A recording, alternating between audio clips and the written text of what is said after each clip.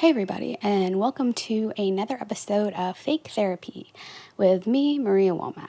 It is great to have you back, and I hope you're all taking care of yourselves and doing well out there. Since I've talked to you last, I've had a birthday. I bet you didn't know that. And it was a really good birthday.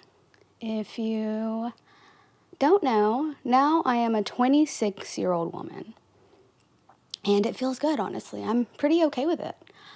I've definitely had birthdays in the past where I had turned a certain age and it was kind of like, oh my God, I can't believe that time has passed so much to where I'm this old now.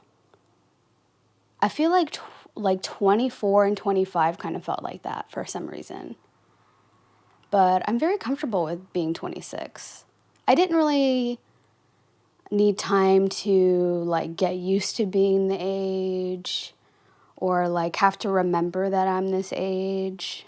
Feeling pretty good about 26. I think it's very important for us not to get caught up in our age too much or obsess with our age too much. I know sometimes it's hard to not compare yourself to other people your age or think that, oh, I'm this age, so I really should be doing this and I'm not doing that, or they're doing this and they're my age. I feel like I'm not caught up to them. But I think we really, really need to just throw that concept out the window. It is so important to throw that concept out the window. And don't compare yourself to your parents, where they were when they were your age. The times are totally different, at least I feel. And I have to tell myself that. Because when my mom was 26, she had a husband, she had 2 babies. She was a homeowner. Damn. I'm not on that level yet. If it is even a level. It's not even levels. It's it's just different. It's just different. It's not like she is was ahead of me or anything. It's fine. These are the things I just have to reassure myself. I mean, of course my mind drifts there sometimes, and I think a lot of people do. I think, I don't know, maybe being a woman has something to do with it too, and some stigma of older women. I don't know. That's literally a whole thing now. But I had a good birthday, definitely. My original plans for my birthday had fallen through, and for a moment, it did feel like my birthday was ruined. I wanted to cry. And I was really mad at this man who was in charge of ruining my birthday plans. Yeah. I'm still kind of mad at him. But we thought of other things to do. Sometimes the original plan falls through. You have to think of something else on the fly, and it works out. And it did work out. I spent my birthday with my boyfriend, Javin, and my best friends. And it was just a really good, low-key weekend. Yeah, that's all you need for your birthday, is to be surrounded by people that you love. And I really was. Nothing bad happened. It was all good times. I don't get to see my friends too terribly often, so whenever I do, it is always a great time. Very cherished. And it was obviously nice to let loose a little bit. I played Flip Cup for the first time in years, and I'm still really good. I'm still really good. The only bad thing is that I threw up, which is it's becoming a thing when I drink. I almost always get sick and throw up. I try to be really discreet about it and kind of privately go off to the bathroom, but it's such a common occurrence now that my friends literally followed me to the bathroom and laughed at me. they were laughing because I tried to keep it a secret and they knew what I was doing. But I was fine. Yeah, I was fine. So yeah, a nice birthday. Very nice. My mood today. How am I feeling today? Well, where we are at now, Thanksgiving is tomorrow. I'm having to mentally get myself prepared to like be around family, which is not even like, not like my family is like bad or anything, but I don't know. I just have to, it's just something that I have to like prepare for in my head.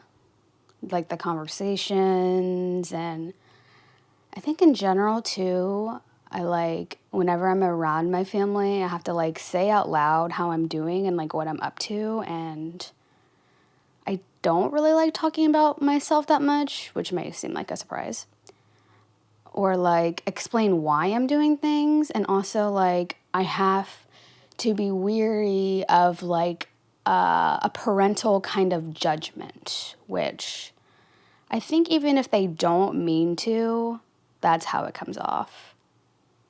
The parental judgment of exactly what you're doing and why you're doing it and why you're whatever. And I think it goes back to too like the being a certain age and like what you're supposed to be doing like right now. I don't know. Maybe that's just something that I just made up, but that's how I feel. I also have a lot of cooking to do because I agreed to bring this fucking food, and I gotta make this food, and I like wanted to make something new, and I'm gonna try that, and I hope it goes well. I think it's gonna go well. It's gonna be fine. It's gonna be really delicious. My family is also very small and very COVID conscious. So at least I don't have to worry about that. I feel pretty good about that. Yeah. I think it's gonna be good. It's gonna be a nice Thanksgiving. It's gonna be great. So let's move on to these segments that I'm experimenting with. Segment number 1 is called What's My Problem? So I basically here want to, what's my problem? I want to talk about something that's maybe bothering me, and maybe discuss if there's even anything I could do about it. My problem right now, so this is actually like kind of old, but I've been thinking about it a lot. It's been on my mind a lot. So whenever I was with my friends for my birthday weekend, we were like talking about like high school stuff, okay? Like me and my best friends we went to the same high school, okay? That's kind of like how we know each other. And the two boyfriends that were there, my boyfriend and my friend's boyfriend, they went to like different high schools or whatever. So like me and my two best friends are like bonding over, we're talking about how when we were in high school, there was this rapper guy he was like a fucking high school student, okay? So he like made the song, which became like the anthem of the school at the time. So everyone knows that song that's like by Soulja Boy, and it's like pretty boy swag. Hey, pretty boy swag, right? You know what I'm talking about? So this rapper guy had taken that beat and the whole like melodic layout of like the cadence of the rap as well. But he had changed all the words to where the song was now like the name of the school, the mascot, swag. So it was like, dun swag. I don't want to say where I went to school. Okay. But you get it. And it was like the fucking anthem of the school. Like they played it at pep rallies. Yeah, like this guy was popular. So they like heard the song, and I guess it was like school approved enough to where they like played it at functions and stuff, or like football games. Like everyone knew this song, okay? And yeah, so we were kind of talking about that, and then like my friend's boyfriend was like, "Oh yeah, like our school kind of had something like that too." And then we were like on YouTube trying to find both of our songs from our different schools, and he had pulled up this song with a music video that was like something about Fried Chicken Day. I think, yeah, the song for his school was about Fried Chicken Day. And it was like the cutest thing where like the teachers are in the music video, there's students in the music video. It's like super wholesome, it's super cute, it's catchy. It's about Fried Chicken Day, and it's just so innocent, and like it just makes you smile. It's like what high school should be doing. That kind of content that I was proud of his school for doing, and I was very proud of the whole production. How the staff, the students worked together to create this love of fried chicken and something so innocent, okay? So we were like, okay, now we gotta find like our da swag song that was like our school thing. So we couldn't find it at all, but instead we found songs from the same rapper guy that were like really horrible. This guy is like, he might have been a senior, so he's like 17, 18 years old.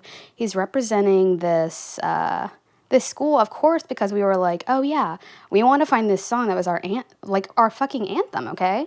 And we know that this guy is like school famous for making this song. So we you can easily find them. This is how we found them, just trying to find this like thing. And we found his other songs that were bad. He's talking about like hurting people, killing people. I want to say he's talking about like assaulting people. As far as like, does he say rape? I think he does. And then it was like this whole rap battle of like, we found this rap, not like rap battle, but like, when you like make a rap and then another guy makes a rap, like feuding with you. It was like a rap feud that we found between two students, and like this guy who like people let him represent the like school anthem. And he's also talking about things like really hurting people and like assaulting people and just like nasty stuff that like a kid really shouldn't be talking about. It's like kind of nasty stuff, So it was like really poor and bad. But at the same time, like our friend had just showed us this awesome thing that like represented his school, and then we're like talking, we're kind of show him like what our school is about, and it's like embarrassing. And then from there, I guess in this like what's showing up now on YouTube is like other videos being associated with like our high school.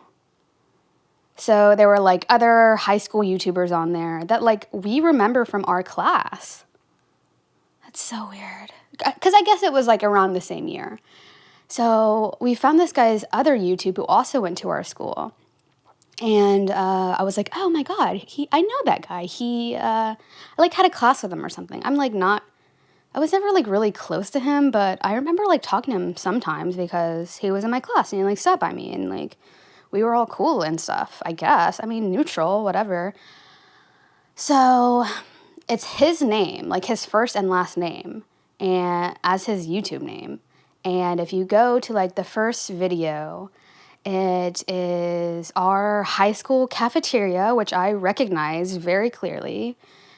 And it's him, and also like a group of guys who I remember as like the kind of guy that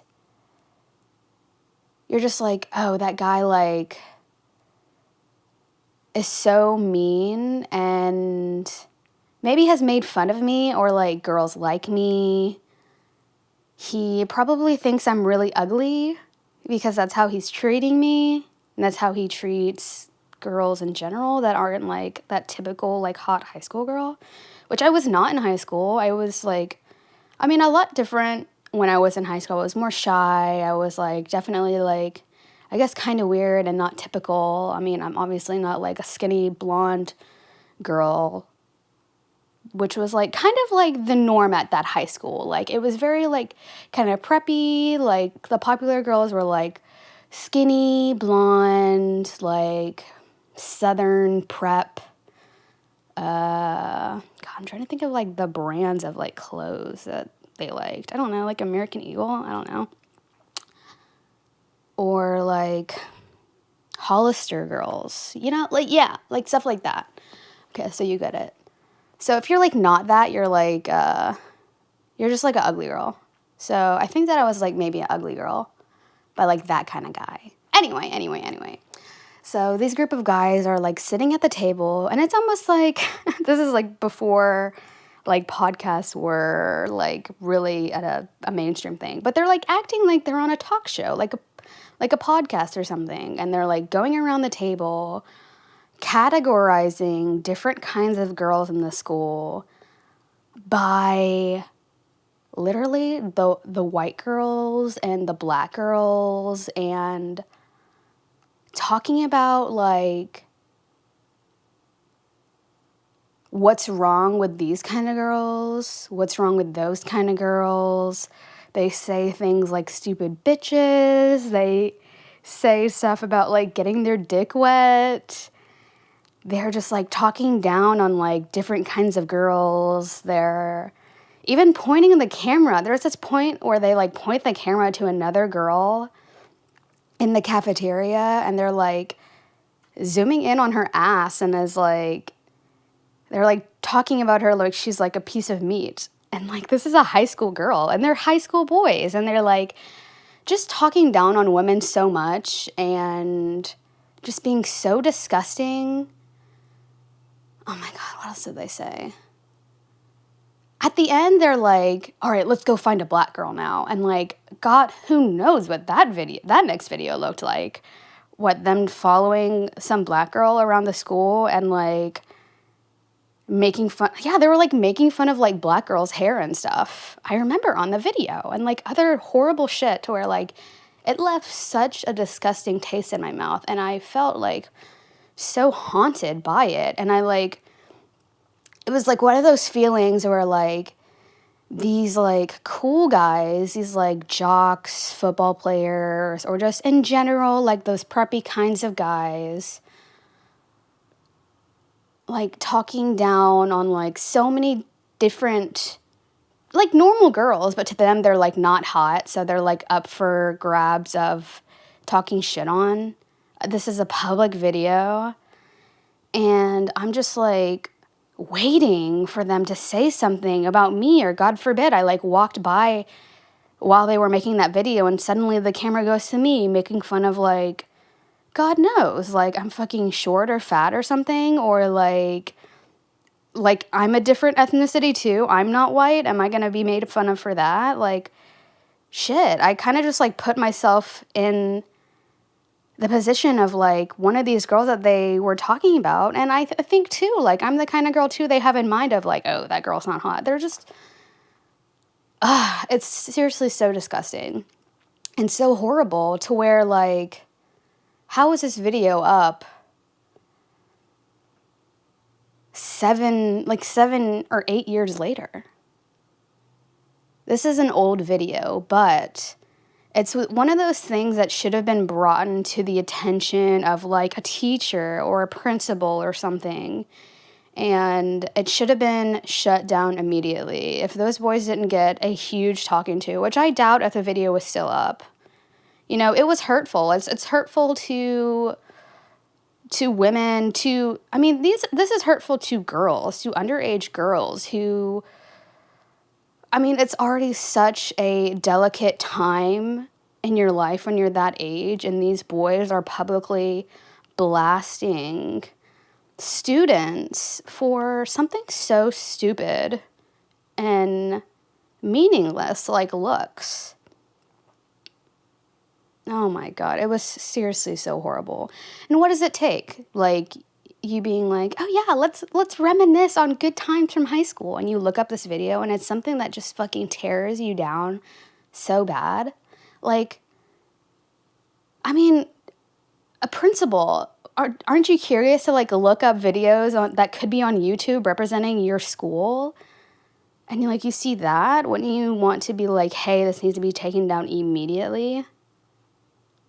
And this video has lasted for years and years and years. It's also one of those things too where, like, God forbid, one of these boys like grew up to be a teacher or something, and you wanted to be evil and like send this video to like the superintendent of the school that they worked for. I honestly think that you could get in huge trouble for it. It's like one of those things. It is so disgusting and like down low, rock bottom dirty to me that, yeah, I feel like it's one of those things that could be pulled from your past and you could get fucking fired for. It's really bad. I think it's so, maybe I'm playing it up, and like if you're smart enough to crack this code and like try to search what I'm talking about, go ahead. But it left a dirty taste in my mouth, and I've been struggling with this idea of like, should I like try to message because the guy that I knew from like one of my random classes in high school, he's like on my social media, and I'm not saying that like these guys are the same, okay? Like I hope that these men have grown into like responsible adults that would watch that and would be really fucking embarrassed, okay? I hope that they would be embarrassed and be like, wow, like, I'm so sorry for what I said. That is so immature. I didn't realize how hurtful that could have been. I wouldn't want like women in my life to see this. I can only imagine like these guys say they like have a wife now, because like we're the age where like we have like spouses and families and stuff. Like what if their wife saw that? It would probably hurt them, It's just hurtful. It just hurts people's feelings, and there's no reason for it to be up. I am wondering if I should like talk to this guy. It would be so random. It'd be like literally a random ass message from this bitch from high school, and you'd be like, why is she talking to me? Yeah, I like don't know how he would react. I want to be like, hey, like, you probably don't remember this old video being up, but I had just ran into it, and I don't know if you have the power to get into your old YouTube and delete it, but maybe you should, because it's not helping anybody, and if anything, it makes you look really bad. Like, can you try to take it down? That's what I want to do. I don't want him to feel like I'm like trying to be mean to him, though. Like, I don't think that he is like a shitty person. I am very well aware that this is like a very old version of him, hopefully, and that he has like grown up from this. I just don't like, I watched it as like a grown woman, and it upset me. It just like, it's like triggering, and it's only hurtful, and I don't want important women in these men's lives to associate them with this. Hopefully they have changed, though. I'm saying this optimistic that they have changed, but I don't want to like try to attempt to reach out to him about it and him be like, fuck you, bitch, like, it's not a big deal, or like, ha ha ha ha ha, oh shit, like either laugh at it or laugh at me for like being concerned about it. So I'm really in a place if I should like say something or not. I really don't know. Like I said, I don't really want to come at this boy with like only talking down on him, like, but it is a very upsetting video and very hurtful words are said. you are sexualizing underage girls that were underage at the time. But I mean, I don't know. Just, I'm like trying to get on YouTube and like have some funny laughs, some wholesome laughs too, you know? Like I'm wishing that my school had like funny videos about fried chicken day too, but like this is what I ran into. That's what I'm saying. Like it's just, I don't know. It's just dark. It's just too much. So, I don't know. What do you guys think? Should I like talk to the person who uploaded the video and ask them to take it down or what? Ah, God. Jesus. Okay. So that was a little intense. My next segment is called Appreciation Hall of Fame. And for this segment, I would like to just shout out a special friend. Yeah. Or I guess they don't have to be my friend to be in the Appreciation Hall of Fame. It could just be somebody that I admire. Or Appreciation Hall of Fame, you could be in it if you maybe just cross paths and you did something that was, you know, appreciated. Yeah, something like that. Today at the Appreciation Hall of Fame, I would like to include my friend Lyra. Yeah. Lyra is in the Appreciation Hall of Fame because she is like a long-term friend in my life. I've been friends with her since like second grade. And she consistently keeps up with me and my life despite distance. We don't really live in that same place anymore. But we are very good with each other and like keeping up with each other. I feel like not always, but here recently we have especially. And that really means a lot to me. She's very level-headed, yet funny and fun. So she's a very safe friend to have in that aspect of her being very smart, yes, yet also you could have fun with her and laugh and not feel like it's only strict. You can get really good advice and clarity without the same time, you know, having that trust of like you can kick back with them as well. I feel both ways with her very evenly, which is very good. And also, her and I have been engaging in some pen palmanship where we write letters to each other back and forth for like a few months now, which I feel like has been really healthy for me. Of course, you could like text your friends and call your friends, but there's something about pen to paper, writing down my thoughts and what's going on. And the anticipation of like waiting for a letter to come in the mail is like one of my favorite things. I love writing with her. I encourage everybody to find a friend who is both level-headed and fun to be around. Maybe you could also just maybe reunite with an old friend. And, you know, sometimes those flames never die. I'm talking about friendship. Sometimes those flames never die. And when you, like, really bond with somebody, sometimes you could be afraid to reconnect. But once you do, maybe you feel better and you're like, oh, I, like, never lost this friend. This person has always, like, been there for me just from afar. But definitely check in with each other. I really enjoy writing letters with her back and forth. It really makes me happy. And maybe find somebody out there that you can be pen pals with. I really suggest it. It has been one of my favorite things to look forward to. And yeah, just practice your writing, or sometimes thoughts are clearer when they're written down. And it's nice. Maybe just practice your handwriting a little bit, you know, never hurts. So yes, congratulations, Lyra, on earning your spot in the Appreciation Hall of Fame. Yes. My next segment is called Realizing Things.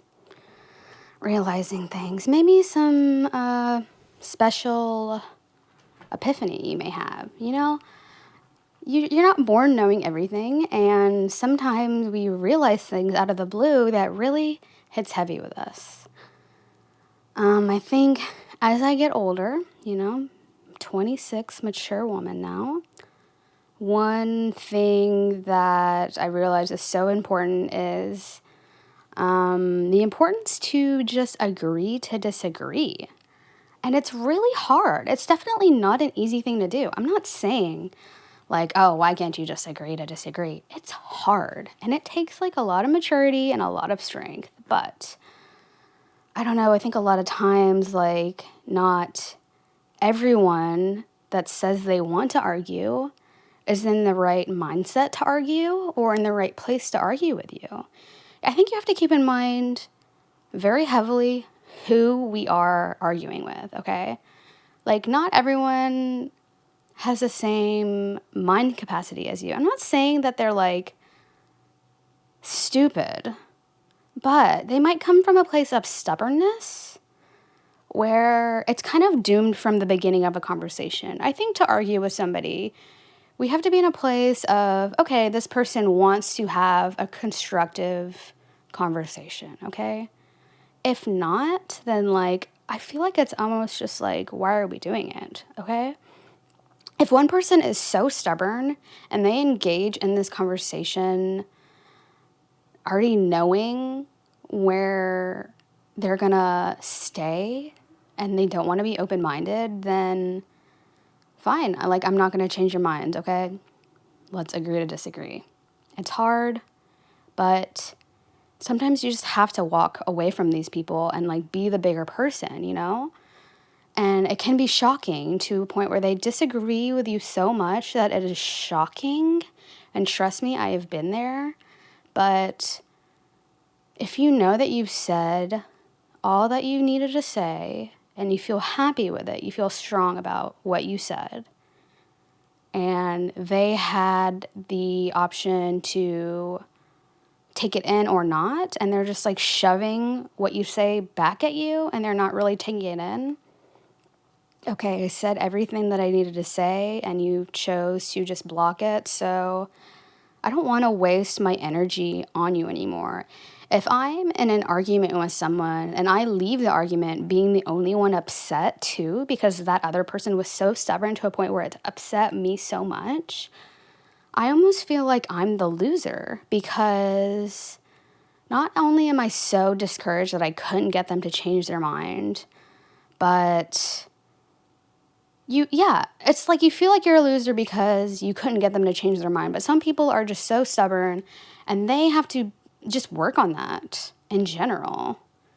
And wouldn't it feel, I mean, it would feel better to just not get riled up and be like, okay, I just know my opinion and I feel good about that I'm a good person in my opinion. And they could just go think whatever they want because they are going to anyway, you know? And just like some people are never going to be on the same page because we come from different backgrounds. We have different things that have happened to us, that have traumatized us, that have triggered us, that have made us happy, that we've gotten or that we haven't gotten, that change the way that we think as individuals. And I don't know. The world is very dirty and disgusting, but sometimes beautiful in the way that everyone is different, and sometimes that comes with some disagreements where no one ever is on the same page. But we have the option to just not surround ourselves with that kind of person anymore, you know? I wouldn't try to, I wouldn't try to discourage someone out of their opinion with just shaming them and calling them out. I'm kind of not for that anymore. I just don't really like that anymore because I feel like even if they do change their opinion, it's like not genuine. And if they don't change their opinion for a genuine reason and like a good, healthy way, then I don't think that it's like really worthy. I don't know if that makes sense. But I am working on agreeing to disagree. I know that, even myself, I have lived my life in a way, in some ways, in which people would strongly disagree with me. And, maybe feel so passionate about it that they want to, really have a heated argument with me about it. And I kind of just have to agree to disagree. Not that I don't want to stand up for myself. I will say my piece, but once I've said my piece, I'm definitely not repeating myself over and over. And I think that is one of the most important things. I'm not going to waste my energy on it, whether I am facing people that want to argue with me or if I want to argue with somebody else. Of course, I encourage you to say your opinion, but I don't know. Is being preachy ever a good thing? I'm not sure. I'm just not sure. I think even if you come from a good place, you can put your energy into better things than trying to argue with someone who is more closed-minded. So, yeah, that's kind of what I'm realizing more lately. My next segment, it's like an advice thing, which I'm trying to think of a better name besides advice. But so far it's just advice.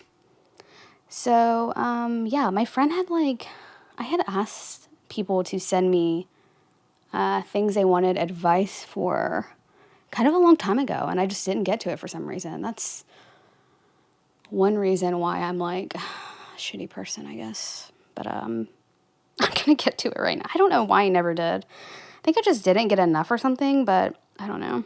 It doesn't matter. Now we are including it in the advice segment. So, my friend asks me advice here, and this is what they say. So, what you want to know. What does it mean to be professional? On the podcast, I would love to hear what it means to you to be a professional, whether or not it is with work and business or how you carry yourself differently than others to be noticed creatively. How do you interpret and achieve professionalism with everything you do? What makes you professional? I'd like to hear your take on that. Love what you're doing. Keep it up. Thanks. Thank you so much. You're a sweetheart. Oh my God. That was my sound machine. I swear to God. Okay. Sorry to ruin that moment of your really good little entry. Anyway, professionalism. Not making fart sounds is first. But okay. My advice on being professional and professionalism. Being professional is something that is very important to me, whether it is work or something that's just a passion project. It's important for me to be seen a certain way that is professional and put together. That's really important to me because I know that when I'm working with other people, it's something that I notice all the time, whether it's someone that I'm going to work with or work with in any way. Work, whether I'm being paid for it or creatively, little side project stuff like this or whatever. I just want to work with people that, are put together. And I think I'm maybe a little judgmental about stuff like that, actually. But I think it's really important for you, if you want to be perceived as professional, to be engaged, to be there mentally and helpful in any way that you can, and just show that you're focused on what's going on in the moment. Let's talk about what we're working on, what we could do for this specifically. Not being on your phone, not trying to get away doing something else, just being super engaged and being focused on what you and everybody around you is working on. I guess in more of a group setting, which, I mean, if you're going to be professional, you're doing it for like a group or like at least a customer or somebody else. You're not usually professional on your own, right? So being professional, you have to be engaged with others. At the same time, like, I think also to be professional, you have to be friendly and you have to be good at making things light. I think for you to be someone that is good to work with, you have to not be so strict and so firm. You have to also create a comfortability of like, okay, I also am like fun to be around. I'm funny. I can crack jokes. I can create a comfortable atmosphere where you don't feel like if you fuck up, you're going to be in trouble. Like, I also think too, if you are too like, I don't want to say too mean, but like too cold in your professionalism, that people like get uncomfortable and don't do the best of their abilities. Exactly. Yeah. That's what I'm trying to say. So yeah, you have to also create a comfort and like, I mean, not too comfortable. I don't want you like flirting with people. That is so unprofessional. I actually don't like that at all. I don't want any flirtiness in the workplace at all. Or like, yeah, because that goes against creating a comfortability, okay?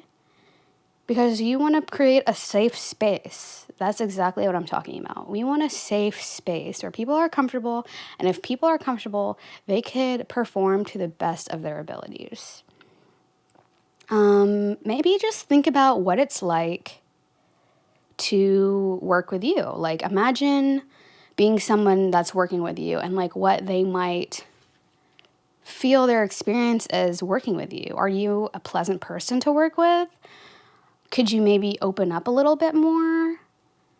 At least communicate what your thoughts are as far as opening up. I mean, obviously you don't have to like be a total open book by any means, but you could also just like be a good communicator, be pleasant to work with, be helpful, and just like maybe assess maybe some weak areas of what it's like to work with you and your overall professionalism.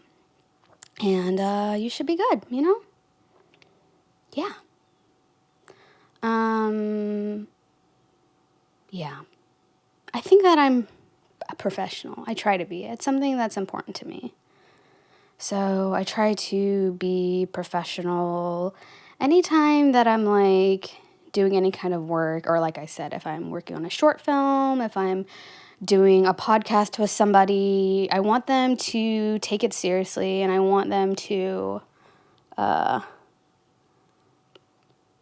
don't know, I just want them to feel like they're part of something very well put together. So I try to display professionalism. Professionalism, yes. So yeah. I don't know.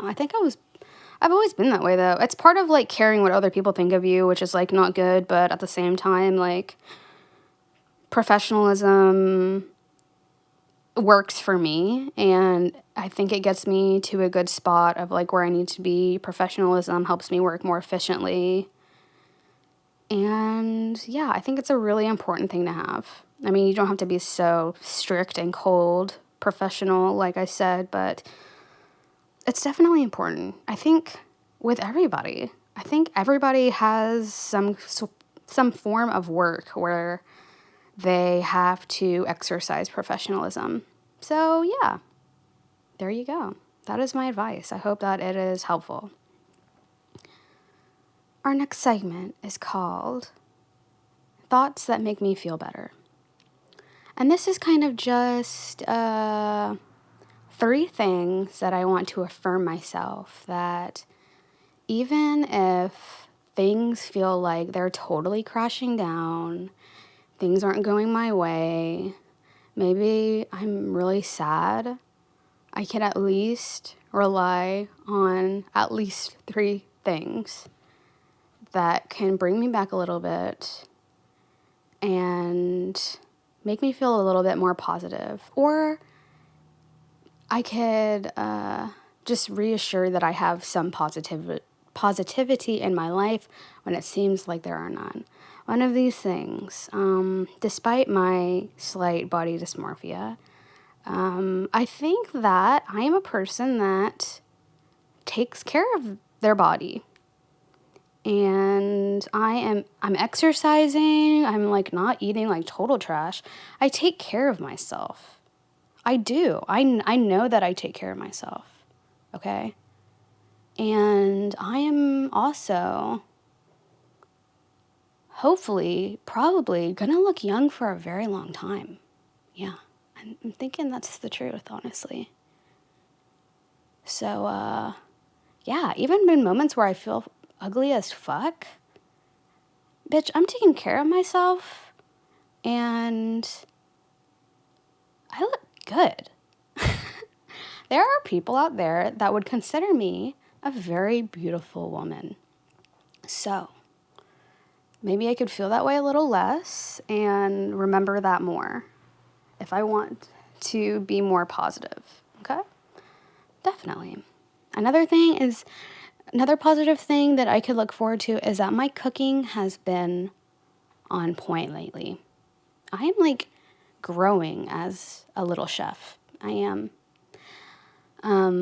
As a Filipina, almost everyone I meet who finally finds out that I'm Filipino is like, oh my God, do you cook lumpia?